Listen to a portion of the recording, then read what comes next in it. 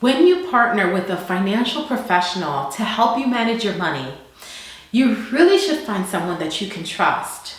You see, when you're choosing a financial professional, whether it's a financial advisor, a broker, or an insurance agent, it's important that you find out if they're going to always act in your best interest, or if there's any potential of any conflict of interest that can affect the decisions that they make over your money.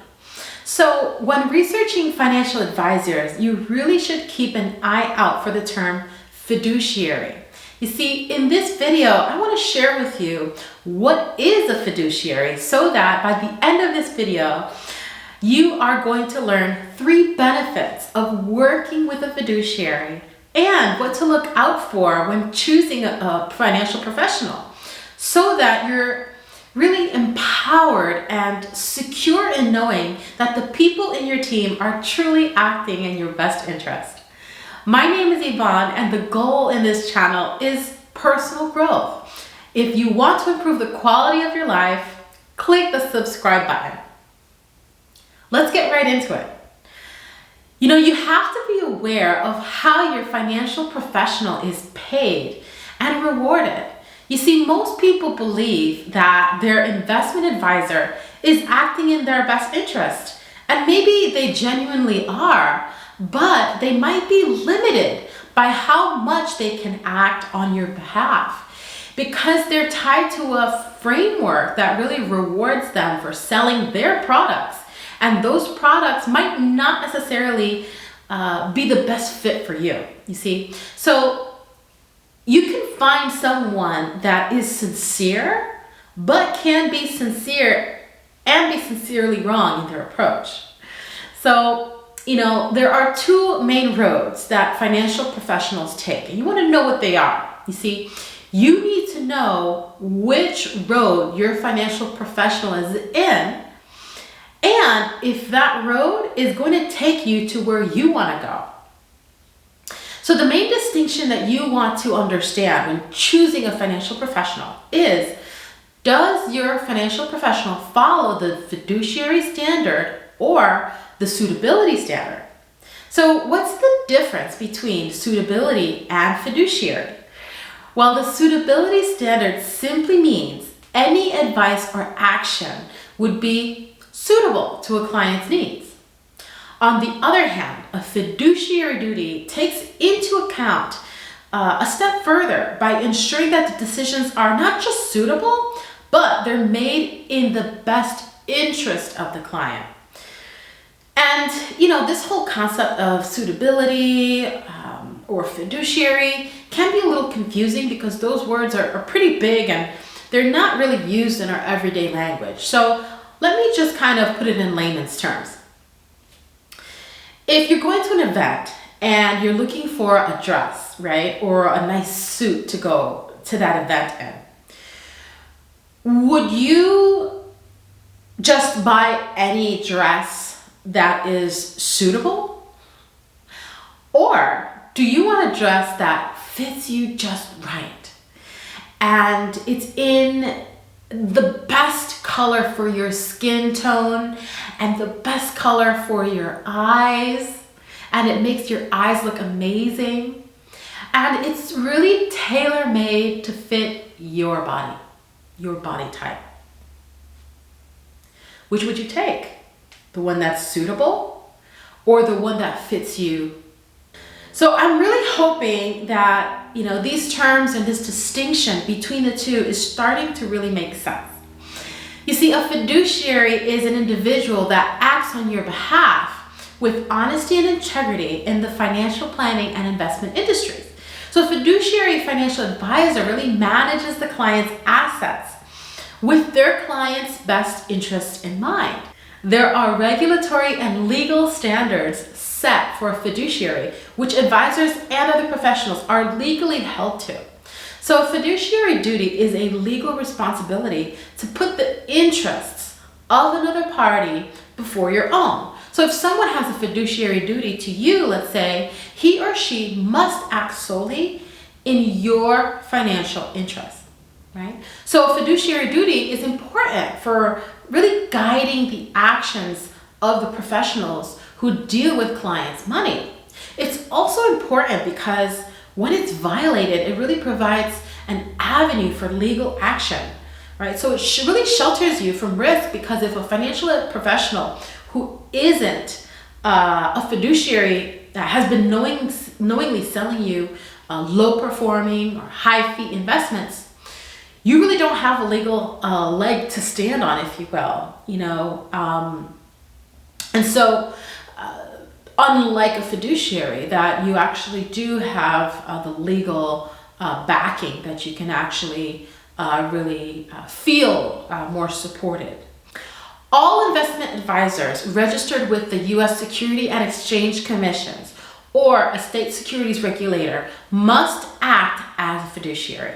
On the other hand, broker-dealers, stockbrokers, and insurance agents are only required to fulfill a suitability obligation, which means that they only need to provide suitable recommendations, but they don't have to put the client's interest before their own. I want to share with you a chart that shows the difference between the suitability versus the fiduciary rule. So let's take a look at this, the suitability versus fiduciary rule. First off, when it comes to recommendation requirements for suitability, the recommendations must be suitable for the client. But for fiduciary recommendations, they must be in the client's best interest. The second is disclosure requirements. For suitability, there are less strict rules regarding disclosures of conflicts of interest. But for fiduciary, they are required to fully disclose and manage conflicts of interest. The third point is loyalty requirements. So for suitability, they may be loyal to the broker-dealer, but not necessarily to the client. But for fiduciary, they must be loyal to the client and act in good faith. So the three benefits of a fiduciary advisor include better product recommendation. So if you work with a fiduciary, you're more likely to end up with a recommendation that's truly right for you, because remember, they're seeking the best prices and terms for you. On the other hand, financial professionals like financial advisors, brokers, or insurance agents who earn commissions have the incentive to sell their own products, even if there are other products available at a lower price for you. The second is peace of mind, because you're legally protected. And choosing a fiduciary financial advisor can give you greater peace of mind, because you'll know that the person managing your money must legally make decisions in your best interest. They must legally disclose any potential conflicts of interest that they have. Also, they can be held financially and legally responsible for any actions they take that are not in your best interest. The Securities and Exchange Commission legally obligates them to give advice to you in your best interest in order to maintain their fiduciary standard. The third benefit of using a fiduciary is disclosing any conflicts of interest. You see, conflicts of interest happen in any professional relationships. But when it happens, your fiduciary advisor must disclose the conflict and be transparent with you. Say, for example, if your advisor is recommending an investment, but will also get compensated if they sell it, right? Maybe a percentage of the money, maybe a cruise, maybe some tickets somewhere. See, that's a conflict of interest that you should know about ahead of time, because it's really going to affect their judgment when offering you this advice. So they have to actually tell you, hey, this is an investment that might be a good fit for you. I do have to disclose that, I will be compensated by, if you choose to move forward with this product, that type of thing. Okay. So also, even if your fiduciary advisor doesn't give you a verbal heads up, you can have that due diligence, and you're in your right to look it up yourself online. There actually is a section in the firm's uniform application for investment advisor. It's a registration form. It's called normally called the Form ADV, where it legally discloses its conflict of interest. And to find this form, you should go to the Investment Advisor's Public Disclosure PD website. You click on the firm or individual at the top of the page and type in the firm or search for your advisor. So let's talk about finding a fiduciary. How do you find a fiduciary? Well, there are many different ways that you can find a fiduciary. For example, you can visit the National Association of Personal Financial Advisors website. It's called napfa.org to check their database. You can also research potential advisory firms through the Securities and Exchange Commission advisor search tool. So if the advisory firm is a federally registered investment advisor or RIA, and are therefore fiduciary, then it'll have what's called a Form ADV filing available to be viewed online. And once you identify potential advisors, here are a few questions that you should ask advisors to ensure that they really fit your needs. The first question you may ask is, well, how do you earn your money? And you might think that that might be an intrusive question, but you're well in your right to ask this kind of question because you are establishing a relationship with them, a long-term relationship, and they're managing your money. So it's really important for you to really understand how they earn their money. And so in the personal investing business, a fiduciary advisor may collect fixed fees or commissions or a percentage based on assets under management for overseeing a client's portfolio. So you want to become familiar with the different ways that financial advisors, fiduciaries in this case, are paid, so that when you ask the question, you're prepared, right, to understand what's the best fit for you. What are you really looking for? And does that match up? The other question you can ask is, what certifications and licenses do you have, right? One license, there are many, is called a Certified Financial Fiduciary. I mean, it's all in the name, right? And this is a certification that brokers, financial advisors, and insurance agents, in fact, any other financial professional can acquire. And you know, what's interesting about this particular certification is to become a certified financial fiduciary, they need years of experience. They need to pass a training and an exam and a criminal background check. So, you know, there's a lot that goes into holding this certification. So if they actually have this, then at least you'll feel more safe and secure and more comfortable that the criteria is a high bar and that you're working with truly a professional. You know, there's so many other questions. Another question includes, what services do you offer? Because you want to make sure that the services that they offer really line up to what you're looking for. Also, you want to ask, who is your typical client? You know, because let's say they work mostly with people that have multi-million, right, dollars or a certain age bracket, and maybe you're a millennial and you're just starting out your career.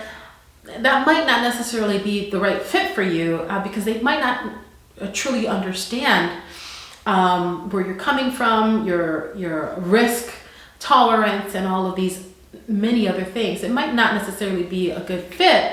That's your decision to make. You've got to make a decision on what type of financial advisor you're really looking for, so that when they answer this question, you can see where you fit into this, right? Does their typical client really reflect that they're going to understand your unique needs? Also, another question you can ask is, how often do you typically communicate with your clients?